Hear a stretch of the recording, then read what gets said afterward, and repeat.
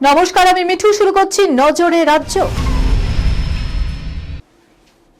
SIR শুনানিতে এবার ডাক পেলেন তারকা জনপ্রতিনিধি তৃণমূল সাংসদ দেব ওরফে দীপক অধিকারী। তার পরিবারের আরো 3 সদস্যকেও শুনানির নোটিশ পাঠানো হয়েছে বলে খবর। বিষয়টি নিশ্চিত করেছেন স্থানীয় কাউন্সিলর মৌসুমী দাস। যদিও কবে তাদের শুনানি কেন্দ্রে হাজির হয়ে নথিপত্র দেখাতে হবে সেই দিনক্ষণ জানা যায়নি এখনো। এসআইআর শুনানির নোটিশ পাওয়ার পর দেব ও তার পরিবারের তরফে কোনো প্রতিক্রিয়া মেলেনি।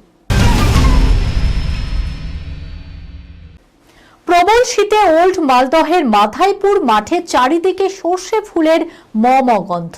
কুয়াশায় ঢাকা পড়েছে হলুদ চাদর। শীতের কামড়ে জবুথবু অবস্থা সাধারণ মানুষের, কাবু মৌমাছিরাও। প্রবল শৈত্য প্রবাহে যেন ভোতা হয়ে গেছে ওদের হুল। সর্ষে ফুলের রেণু সংগ্রহে নিমরাজি। ঘন কুয়াশা আর কনকনে ঠান্ডার দাপটে বাক্স থেকে বের হচ্ছে না মৌমাছির দল। এমনকি খাবার সংগ্রহ করতে সর্ষে খেতেও যাচ্ছে না। বাক্সবন্দী হয়ে দিন কাটছে এক প্রকার অনাহারে, ঘটছে মৃত্যুও। মৌমাছির দলের এমন দুর্দশায় চিন্তিত মৌ পালকরা। এই শীতে মাঠে বাক্স বেঁধে তারা রীতিমতো হতাশ। মধু উৎপাদন নিয়ে তৈরি হয়েছে সংশয়, মাথায় হাত পড়েছে মৌ পালকদের।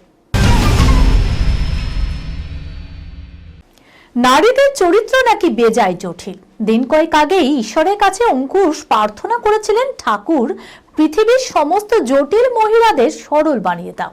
এবার বর্ষবরণের রাতে এমন কাণ্ড ঘটালেন যা দেখে মেজাজ হারালো ঐন্দ্রিলার। অন্য মহিলার আবদারে সেলফি তুলতে গিয়েছিল মাত্র, তবে সেই সময় অভিনেত্রী অঙ্কুশের পাশে ছিলেন না। খানিক দূরে দাঁড়িয়ে অন্য কারোর সঙ্গে গল্পে মশগুল ছিলেন ঐন্দ্রিলা। তবে পিছন ফিরে তাকাতেই যে দৃশ্য তার চোখে পড়ে তাতেই মুখ কাচুমাচু করে অভিনেত্রী। তারপর যা ঘটল সেই ভিডিওই এখন চর্চার শিরোনামে। ঠিক কি ঘটেছিল সেই রাতে? আলোয় মোড়া শহরের নতুন বছরকে স্বাগত জানাতে এক অনুষ্ঠানে যোগ দিয়েছিল অঙ্কুশ এবং ঐন্দ্রিলা। তারস্বরে গান বাজছে, উপস্থিত অতিথিদের কোলাহল রয়েছে। সেখানেই জনৈক তরুণী খোলামেলা পোশাকে অঙ্কুশের সঙ্গে ঘনিষ্ঠ হয়ে সেলফি তুলছিলেন। অনুরাগের আবদার ফেরায়নি অভিনেতাও। তবে গোল বাঁধে ঐন্দ্রিলা যখন দেখতে পায় সেলফি তোলায় মত্ত রয়েছে অঙ্কুশ, ব্যাস অমনি হাত গুটিয়ে শটাং চলে আসে সেখানে। আর সেই ভিডিও রীতিমতো ভাইরাল সোশ্যাল মিডিয়ায়।